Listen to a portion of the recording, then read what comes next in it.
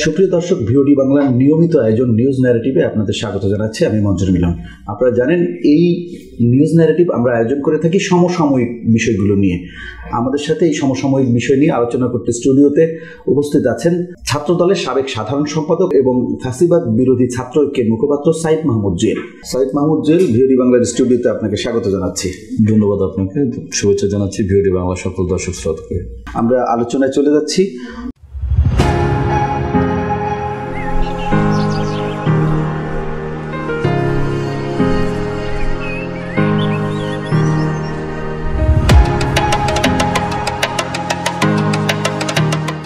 বর্তমানে যে রাজনৈতিক প্রেক্ষাপট, বিএনপির সাথে সরকারের নির্বাচন নিয়ে একটি দেন দরবার, অর্থাৎ এই যে বিএনপি সরকারকে চাপ প্রয়োগেরও চেষ্টা করছে। আমরা দেখছি বিভিন্নভাবেই গণমাধ্যমে প্রতিবেদন ছাপা হচ্ছে যে বিএনপির সাথে সরকারের একটি টানাপোড়েন চলছে।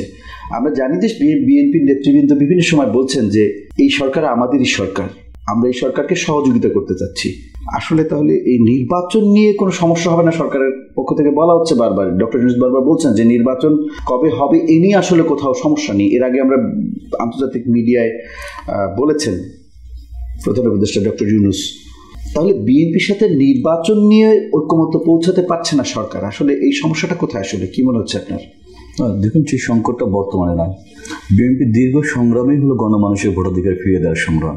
আমরা প্রায় 17 বছর ধরে লড়াই সংগ্রাম করছি, ফ্যাসিবাদ বিরোধী লড়াই আন্দোলন সংগ্রাম করেছি। আমাদের যে যুদ্ধের মূল কারণ ছিল একটি গণতান্ত্রিক বাংলাদেশ বিনির্মাণ, গণমানুষের ভোটাধিকার ফিরিয়ে দেওয়া। আর যেহেতু আমি ছাত্রদলের নেতৃত্বে ছিলাম, আমরা নেতৃত্বকালীন সময়েও দেশনায়ক তারেক রহমানের নির্দেশে আমরা তারুণ্যের সমাবেশ করেছিলাম, আর আমরা তারুণ্যের রোড মার্চ করেছিলাম। সেখানেও কিন্তু আমাদের মূল যে প্রতিপাদ্য ছিল, তরুণ প্রজন্ম দিব ভোট, ভোটের জন্য লড়াই হোক। এই লড়াইটা দীর্ঘ সময়ের।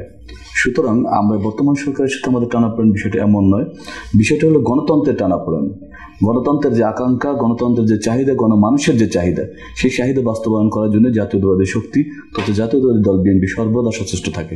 ঠিক তারই ধারাবাহিকতায় আজকে ফ্যাসিবাদ বিরোধী আন্দোলনের পরে একটি ছাত্র জনতার ঐতিহাসিক বিপ্লবের মাধ্যমে ফ্যাসিবাদের পতন ঘটল। বিপ্লবের যে মূল আকাঙ্ক্ষা ছিল এদেশের আবার গণমানুষের অধিকার ফিরে দেওয়া, মৌলিক মানবাধিকার, সাংবিধানিক অধিকার, মানবিক অধিকারগুলো, সকল অধিকারগুলো নিশ্চিত করার জন্যই কিন্তু আমাদের লড়াইটা ছিল। কিন্তু আমরা কি দেখতে পাচ্ছি? আমরা দেখতে পাচ্ছি জুলাই আন্দোলনের পরে সবচেয়ে যে মানুষটির প্রতি আমরা, যে মানুষটি গ্রহণযোগ্যতা পেয়েছিল এবং যে মানুষটির প্রতি আমরা নির্ভরতা রেখেছিলাম, সেটি হল ডক্টর মোহাম্মদ ইউনূস। আমরা এখনও নির্ভরতা রাখতে চাই, কিন্তু আমরা লক্ষ্য করছি ডক্টর মোহাম্মদ ইউনূসকে ঘিরে আজকে যারা বিভিন্ন পর্যায়ের বিভিন্ন ধরনের বক্তব্য দিয়েছেন, যে বক্তব্যগুলো খুবই অনভিপ্রেত। দুর্ভাগ্যজনকভাবে সত্য কথা হলো, যারা আমার মিছিলের সতীর্থ সহযোদ্ধা, যাদেরকে আমরা খুব ভালোভাবেই চিনি, যখন অনেক মিছিলের নেতৃত্ব আমরা দিয়েছি তখন তাদের মিছিলের পিছনে জায়গা হয়েছিল। সেই সকল নেতৃত্ব আজকে বিএনপির শীর্ষ নেতৃত্ব তথা এদেশের গণমানুষের যে মূল আকাঙ্ক্ষিত নেতৃত্ব, সেই নেতৃত্বকে নিয়েও মাঝে মাঝে এমন বিরূপ আচরণ করে, বিরূপ কথাবার্তা বলে, যেটা শিষ্টাচার বহির্ভূত। এই জায়গায় একটি সংকট সৃষ্টি হয়েছে। সংকটটি আমি মনে করে দিতে চাই, জুলাই বিপ্লবে যারা আমরা অংশীদারিত্ব যারা দাবি করছি, বিশেষ করে ছাত্র প্রতিনিধি হিসাবে যারা বিভিন্ন সময়ে এই পুরো জুলাই বিপ্লবের পুরো ক্রেডিটটা যারা নিতে চাচ্ছেন, এবং আমরা সবাই মিলেও তাদেরকে হয়তো সমাদৃত করেছিলাম।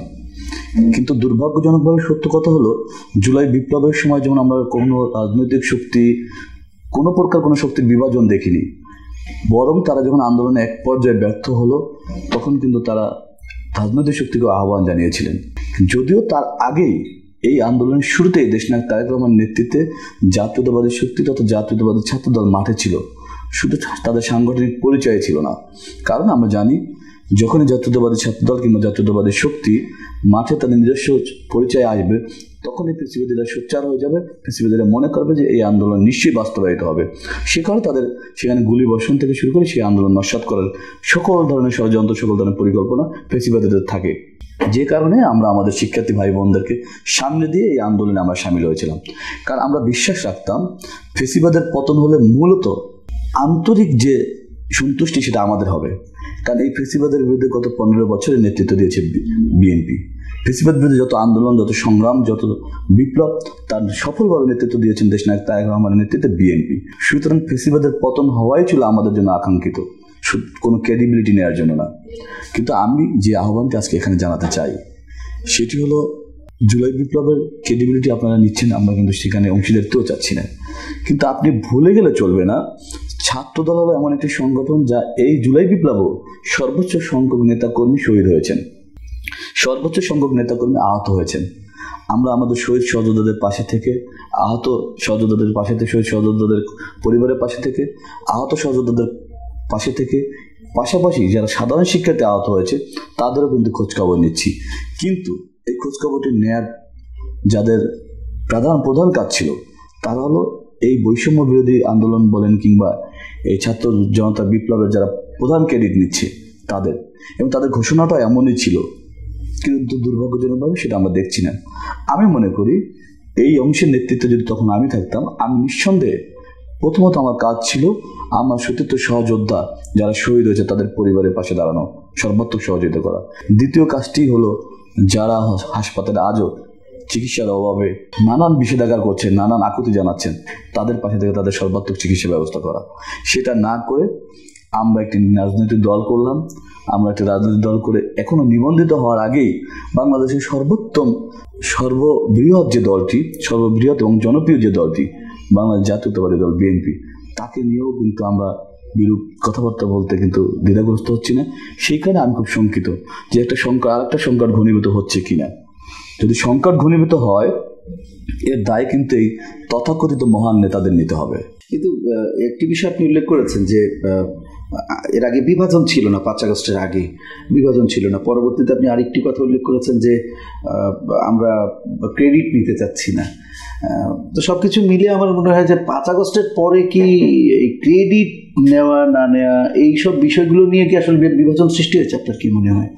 তা না, এটা উচ্চাকাঙ্ক্ষা, উচ্চাভিলাষ নিয়ে শুরু হয়েছে। আমার ধারণা একজন ছাত্রদলের সাধারণ কর্মী হিসেবে, সাবেক কর্মী হিসেবে, একজন ঢাকা বিশ্ববিদ্যালয়ের সাবেক শিক্ষার্থী হিসেবে আমার বিশ্লেষণে মনে হচ্ছে উচ্চাভিলাষ, সেটি উচ্চাকাঙ্ক্ষা।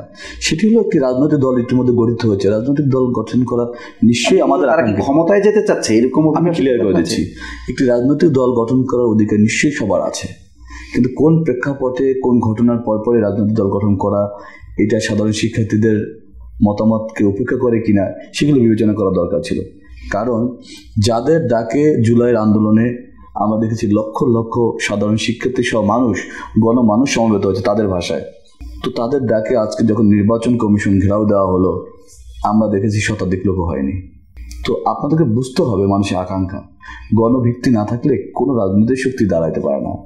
সুতরাং আমি যেটা বলবো, যে দেশপ্রেমকে ধারণ করেছেন বলে আমরা মনে করতাম, সে দেশপ্রেমকে ধারণ করুন।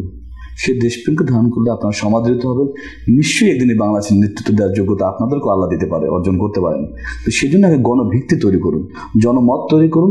একইভাবে সাধারণ শিক্ষার্থীদের যে ম্যান্ডেটের কথা আপনারা বলছেন, সাধারণ শিক্ষার্থীদের কাছে গিয়ে আপনারা জানার চেষ্টা করুন তাদের ম্যান্ডেট আপনাদের কাছে আছে কিনা। আমরা দেখছি সারা দেশে এনসিপির নেতৃবৃন্দ তারা সারা দেশে পথসভা করছেন, গণসংযোগ করছেন।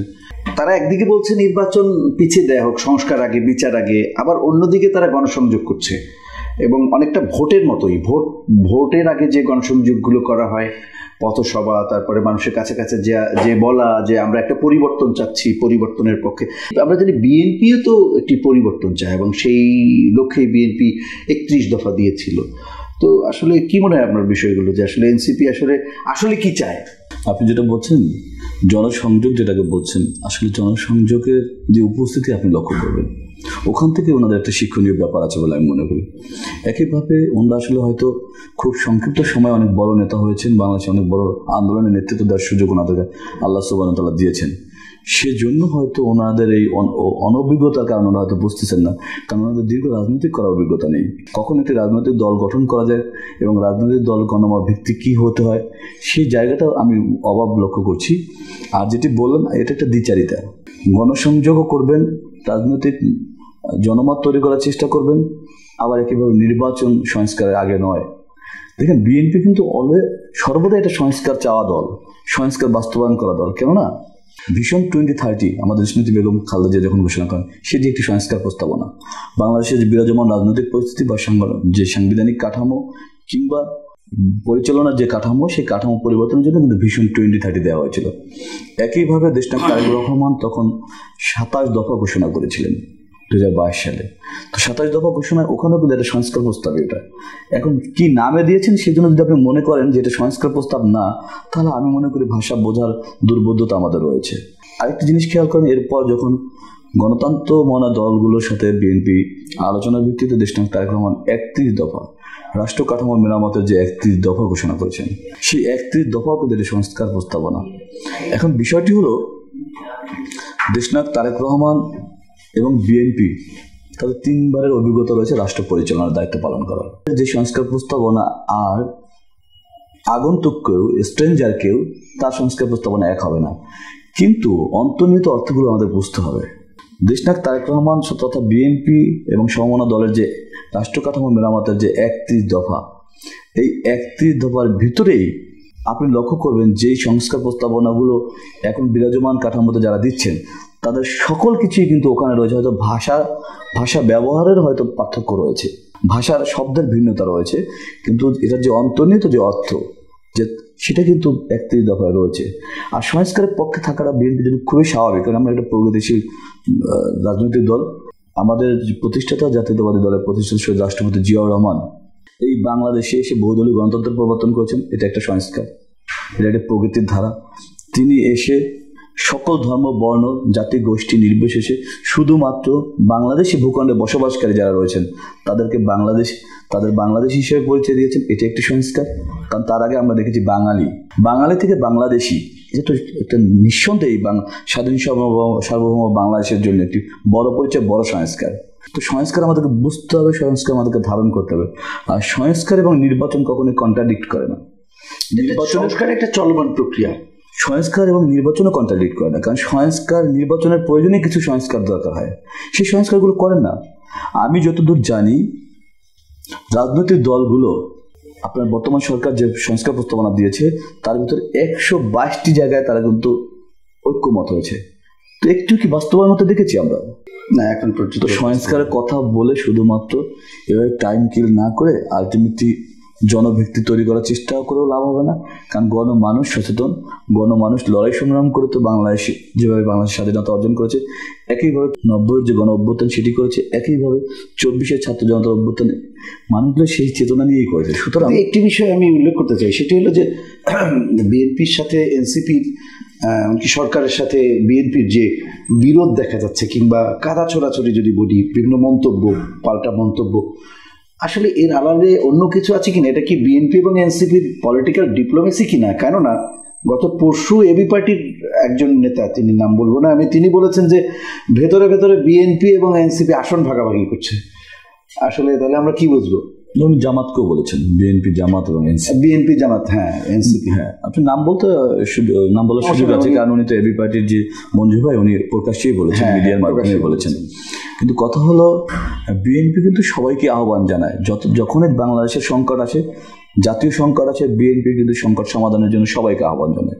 এটা বিএনপির কোনো নির্বাচনকে কেন্দ্র করেই রাখতে হবে তা না, কারণ ইতিমধ্যে যারা সচেতন মানুষ সবাই বোঝে এই দেশে বাংলাদেশে যদি গণমানুষ ভোটাধিকার প্রয়োগ করতে পারে ভোটের রেজাল্ট কী হবে মোটামুটি সবাই বোঝে।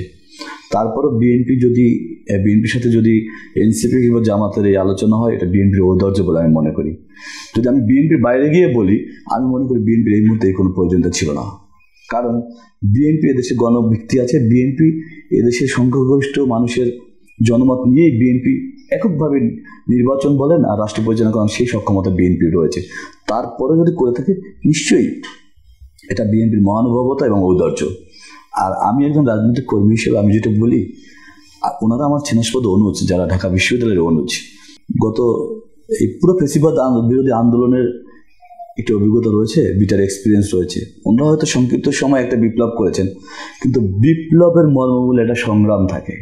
17 বছরের সংগ্রাম সংক্ষিপ্ত বিপ্লবে কিংবা যুদ্ধের মধ্যে হয়তো যবনিকাপাত হয়েছে, পরিসমাপ্তি করেছে, কিন্তু 17 বছর ধরে যারা কাজ করেছে আপনি মাস্টার মাইন্ড বললে তাদের বলেন, তারা হয়তো ক্রেডিবিলিটি দাবি করে না। তো আপনাকে বিবেক তাড়িত হয়ে রাতে যখন আপনি নিদ্রা যাবেন তখন আপনাকে চিন্তা করতে হবে আপনি যে কথাগুলো বলছেন সেই কথাগুলো আপনার বিবেক বিবর্জিত হচ্ছে কিনা। কারণ হলো যদি বিবেক বিবর্জিত হয় তাহলে এই ছাত্র জনতার বিপ্লবের স্পিডের সাথে এটা যায় না। আরেকটি বিষয় আমি বলতে চাই, আপনি ছাত্র রাজনীতি করেছেন, ছাত্র দলের সাধারণ সম্পাদক ছিলেন, ফ্যাসিবাদ বিরোধী ছাত্র ঐক্যের মুখপাত্র ছিলেন। সেই কারণে আপনার কাছে প্রশ্নটা বেশি অনেকটা যৌক্তিক। সেই প্রশ্নটা হলো যে ছাত্ররা রাজনীতি করবে, ছাত্ররা তাদের অধিকার নিয়ে রাজনীতি করবে, প্রয়োজনে দেশের জন্য সরকার পরিবর্তন হোক, গণতন্ত্রের জন্য হোক, একটা সময় ছাত্ররাও এই জাতীয় ইস্যুতে যোগ হয়ে যায়। আমরা বিভিন্ন সময় দেখেছি ৭১ পূর্ব, আমাদের মুক্তিযুদ্ধ পূর্ব ছাত্র আন্দোলন, এছাড়া স্বৈরাচার বিরোধী আন্দোলন, আমরা সব ক্ষেত্রেই দেখেছি ছাত্রদের ভূমিকা আছে, ভূমিকা যে নেই তা নয়। কিন্তু ছাত্ররা তো অল টাইম পলিটিক্স করবে না, ছাত্ররা তো ফুল টাইম পলিটিক্স করবে না, তারা একটা ধাপে ধাপে একটা প্রক্রিয়ার মধ্য দিয়ে হয়তো রাজনীতিবিদ হয়ে গড়ে উঠবেন, দেশের ভবিষ্যৎ হবেন। তাহলে এই যে ছাত্রদের অল টাইম পলিটিক্স, এটা কি দেশের জন্য, একজন সাবেক ছাত্র নেতা হয়ে আপনি কি বলবেন যে এটা কি দেশের জন্য আসলে ইতিবাচক কিছু বয়ে আনছে বা ভবিষ্যতে আনবে? কি মনে হয় আপনার? এটা তো আপনি আমাদের যে অনুজদের চাওয়া, সেই চাওয়াটাই বলেন। ওনাদের একসময় চাওয়া ছিল, কিন্তু এখনো তো তারা ছাত্র। ওনাদের একসময় চাওয়া ছিল রাজনৈতিক দল গঠন করার আগে যে লেজর ভিত্তিক ছাত্র সংগঠন থাকবে না। আজকে এনসিপি যে ভাষায় কথা বলে, একইভাবে ছাত্র সংগঠন, জাতীয় গণতান্ত্রিক ছাত্র সংগঠন একইভাবে কথা বলে, কিন্তু একই ভাষায় কথা বলে, যার অন্তর্নিহিত মিনিং একই থাকে। আমার আবার এটা কথাটি জানবার খুব ইচ্ছা যে আসলে একটা ছাত্র অবস্থায় সে কিভাবে একটি দলের দ্বিচারিতা কোথায় অনেক জায়গায় আসলে ওনাদেরকে নিয়ে কথা বলা আমার জন্য একটু যেহেতু আমার স্নেহাস্পদ অনুজ। আর আন্দোলন সংগ্রাম যদি বলি, যতগুলো মিছিলের স্লোগান দিয়েছি ততগুলো মিছিল করার অভিজ্ঞতা হয়তো ওনাদের তৈরিও হবে না, কবে হবে তাও জানি না আমরা।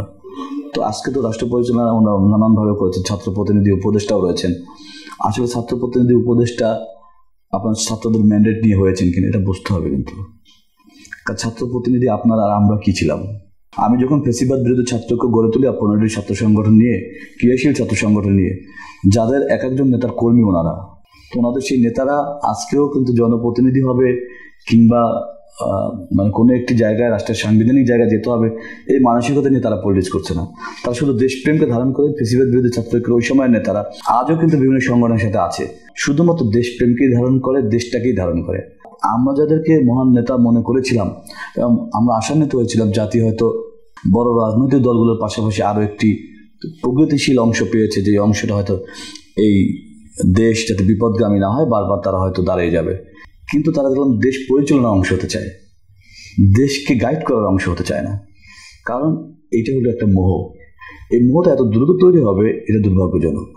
এটা তো দেশের জন্য নেতিবাচক, নিঃসন্দেহে দুর্ভাগ্যজনক। এটা ফুল একটা জেনারেশন। আমি নামটা প্রকাশ না করি, যখন এই বিষয়গুলো নিয়ে এই যে নতুন রাজনৈতিক দল গঠন হয়, ওনাদের যারা ওয়েল উইশার তারা অনেকেই আমার সাথে কথা বলেছেন। তো আমি ওনাদেরকে একটা পরামর্শ দিয়েছিলাম যে আপনারা একটা শ্যাডো গভর্নমেন্ট থাকেন, তাই সারা বাংলাদেশের সাধারণ মানুষ এবং শিক্ষার্থীদের চাওয়া হলো এই যে প্ল্যাটফর্মটি আপনারা গড়ে তুলেছেন, এটি একটি শ্যাডো গভর্নমেন্ট হিসেবে ভালো হতে পারত, যাতে করে যেই গভর্নমেন্টেই রাষ্ট্র পরিচালনার দায়িত্ব পালন করে তারা যাতে বিপদগামী না হতে পারে। কিন্তু দুর্ভাগ্যজনকভাবে তারা এসে রাষ্ট্র পরিচালনার দায়িত্ব নিয়ে নিলেন, একইভাবে একটি রাজনৈতিক দল গঠন করলেন এবং দল গঠন করে নানানভাবে তাদের নানান সমালোচনা চলে আসে, নানান করাপশনের কথা চলে আসে, যেটা একজন ছাত্র হিসাবে আমার কাছে খুবই লজ্জাজনক এবং দুর্ভাগ্যের বলে আমি মনে করি। আর বাংলাদেশের একজন সচেতন নাগরিক হিসেবে 17 বছর যেহেতু ভোটাধিকার পূর্ণ প্রতিষ্ঠার জন্য সংগ্রাম করছি, সেই সংগ্রামের অংশীদার হিসাবে আমি বলতে চাই বাংলাদেশের নির্বাচন নিয়ে কোনো প্রকার তালবাহানা করে লাভ নেই। কারণ হলো আমি আমার ভোটাধিকার প্রয়োগ করেই আমার জনপ্রতিনিধি নির্বাচন করবো, আপনার কথায় নয়। দেশ কোনো অগণতান্ত্রিক শক্তির কাছে থাকবে, দেশ কোনো অপশক্তির কাছে থাকবে, দেশ কোনো নির্বাচনহীন কোনো সরকারের কাছে থাকবে, এটা দীর্ঘ সময় হতে পারে না। এটা গণতন্ত্র কোনো মানুষ, দেশপ্রেমিক মানুষ নিশ্চয়ই চাইতে পারে না। আমরা ডক্টর মোহাম্মদ ইউনূসের প্রতি ভরসা রাখি, কিন্তু আমরা অবশ্যই আশঙ্কা করছি এই কারণে সংস্কার করতে 10 মাস পার হয়ে গেল। আপনি তো নিশ্চয়ই অবগত আছেন, একটি ইন্টারিম গভর্নমেন্ট কিংবা একটা অন্তর্বর্তীকালীন সরকার, একটা তত্ত্বাবধায়ক সরকার, আপৎকালীন সরকার, সংকটকালীন সরকার, বিপ্লবী সরকার, যেই নামে বলি, এটা একটি মেয়াদ সীমা থাকে। এটা নিশ্চয়ই দীর্ঘমেয়াদী কোনো প্রকল্প হতে পারে না। এটাকে যদি আমরা একটা প্রকল্প হিসেবে ধরে নেই এবং প্রকল্পের বয়স সীমা বা মেয়াদ সীমা বাড়াতেই থাকি, তাহলে কিন্তু এই প্রকল্পটা একদিন ভেস্তে যাবে। এবং গণমানুষের আকাঙ্ক্ষিত যে জিনিসটি নির্বাচনে দিতে হবে, অনেকেই যারা আজকে সমাদৃত আর ধিকৃত হবে। আসলে সবশেষ প্রশ্ন, আমরা অনুষ্ঠান শেষ করব। অল্প কথায় আশা করি উত্তর দিবেন। সেটি হলো যে এই যে সংকট, মানে নির্বাচন কবে হবে, ডিসেম্বরে নাকি জুলাইয়ে, এ নিয়ে একটা সংকট এখনো চলমান, সেই সংকটটি এখনো শেষ হয়নি। আপনার কি মনে হয় আসলে ডিসেম্বরে কি বিএনপি নির্বাচন আদায় করতে পারবে? নির্বাচনটা বিএনপিরই দাবি না, সমগ্র বাংলাদেশের মানুষের দাবি। যদিও আমাদের মাননীয় প্রধান উপদেষ্টা উনি একটা ভুল বা বক্তব্য উপস্থাপন করেছেন, বলছেন একটি দলে ডিসেম্বর নির্বাচন চায়। তো আমি যদি এটা ক্লারিফাই করি, শুধু একটি দলে চায় না, বাকি সবাই চায়। আর উনি যে দুইটা দলকে খুব গুরুত্ব দিচ্ছেন, নিবন্ধনহীন দুটি দল, খুব দুর্ভাগ্যজনকভাবে বিএনপির সাথে অনেক নিবন্ধিত দলও কিন্তু নির্বাচন ডিসেম্বরে চেয়েছে, এবং 53টি দল কিন্তু মানে ওই সময়ে চেয়েছে ডিসেম্বরে। এখন প্রায় শতাধিক দল চাচ্ছে ডিসেম্বরে নির্বাচন হোক, কিন্তু ততটি ভুলভাবে উপস্থাপিত হয়েছে, এক। আর দুই হলো, জুনে যদি নির্বাচনের কথা আপনি চিন্তা করেন, তাহলে বাংলাদেশের নির্বাচনের বাস্তবতা নেই। কারণ হলো এসএসসি পরীক্ষা, ঈদ উল ফিতর, এরপরে আপনার বর্ষাকাল, সব মিলে এই সিজনে কখনো কোনো নির্বাচন আমরা অনুষ্ঠিত হতেও দেখিনি। তো এই ধরনের এক্সপেরিমেন্টাল ইলেকশন হওয়ার বাংলাদেশে বাস্তবতা নেই। বাংলাদেশের মানুষ পরীক্ষিত, বাংলাদেশের মানুষ এটা দৃঢ়ভাবে বিশ্বাস করে। আজকে যদি ডক্টর মোহাম্মদ ইউনূস সহ এই উপদেষ্টা মণ্ডলী ঘোষণা করে যে আগামী অক্টোবরে নির্বাচন, সেই নির্বাচন বাস্তবায়ন করা বাংলাদেশে সম্ভব। আরও 6 মাস হাতে রয়েছে, এত সময় কোনো কারণেই প্রয়োজন নেই। আপনার নির্বাচনের জন্য সবচেয়ে জরুরি জিনিস হলো, যদি আমি বলি, পুলিশ প্রশাসন এসব সংস্কার করতে এত সময় লাগার কথা না। একটা কথা খুব মনে করিয়ে দিই, এ ধরনের সংস্কার প্রস্তাবনা আনতে সংস্কার বাস্তবায়ন করতে যদি দীর্ঘমেয়াদী সময় নেন, আপনাদের মনে করে দিতে চাই, প্রশাসনের ভিতরে কিন্তু ফেসিবাদের অংশ এখনও রয়েছে।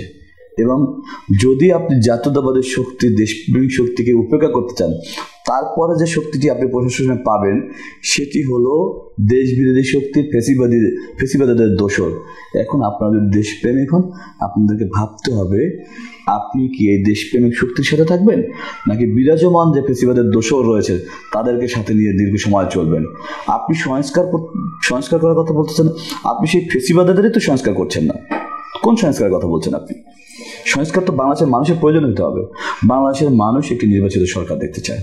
যদি না আপনার বিশ্বাস না হয়, আপনি নিশ্চয়ই আপনার মাননীয় প্রধান উপদেষ্টা মহোদয়কে আমি বলছি, আপনার ওই গণ্ডি থেকে বের হয়ে আপনি যদি প্রত্যন্ত অঞ্চলে যান, গ্রাম অঞ্চলে যান, শহরে যান, আপনি টি স্টলে যান, আলোচনা দেখুন, একটি নির্বাচিত সরকারের আলোচনা, ভোট দেওয়ার আলোচনা। আর আমরা তরুণ প্রজন্মের প্রতিনিধি হিসেবে বলতে চাই, আমরা প্রায় 4.5 কোটি তরুণ যারা নবীন ভোটার হয়েছি, তারা ভোটাধিকার প্রয়োগ করতে পারেনি। ডক্টর মোহাম্মদ ইউনূস সহ তারা আগের প্রজন্মে তারা অনেকেই ভোটাধিকার প্রয়োগ করেছেন। সুতরাং ওনারা হয়তো আমাদের আকাঙ্ক্ষা বুঝতেছেন না। আমরা ভোটাধিকার প্রয়োগ করার জন্য উন্মুখ হয়ে আছি। আমরা যে কোনো মূল্যে আমাদের ভোটাধিকার প্রয়োগ করতে চাই। সেজন্য অনতি বিলম্বে এই 4.5 কোটি তরুণের ভোটাধিকারকে ধারণ করে, গণমানুষের ভোটাধিকারকে ধারণ করে একটি নির্বাচনী রোডম্যাপ আপনি ঘোষণা করেন। এটি তরুণ প্রজন্মের প্রতিনিধি হিসেবে এই ইন্টিরিয়াম গভর্নমেন্টের কাছে আমার বলা। ধন্যবাদ সাইদ মাহমুদ জুয়েল, আপনি আমাদেরকে অনেক মূল্যবান সময় দিয়েছেন। সুপ্রিয় দর্শক, আমাদের আজকের আলোচনা এখানেই শেষ করতে হচ্ছে। সবাই ভালো থাকুন, সুস্থ থাকুন, নিরাপদে থাকুন। অন্য কোনো দিন আপনাদের সাথে দেখা হবে অন্য কোনো অতিথিকে সাথে নিয়ে। সেই পর্যন্ত সবাই ভালো থাকুন, সুস্থ থাকুন। আল্লাহ হাফেজ।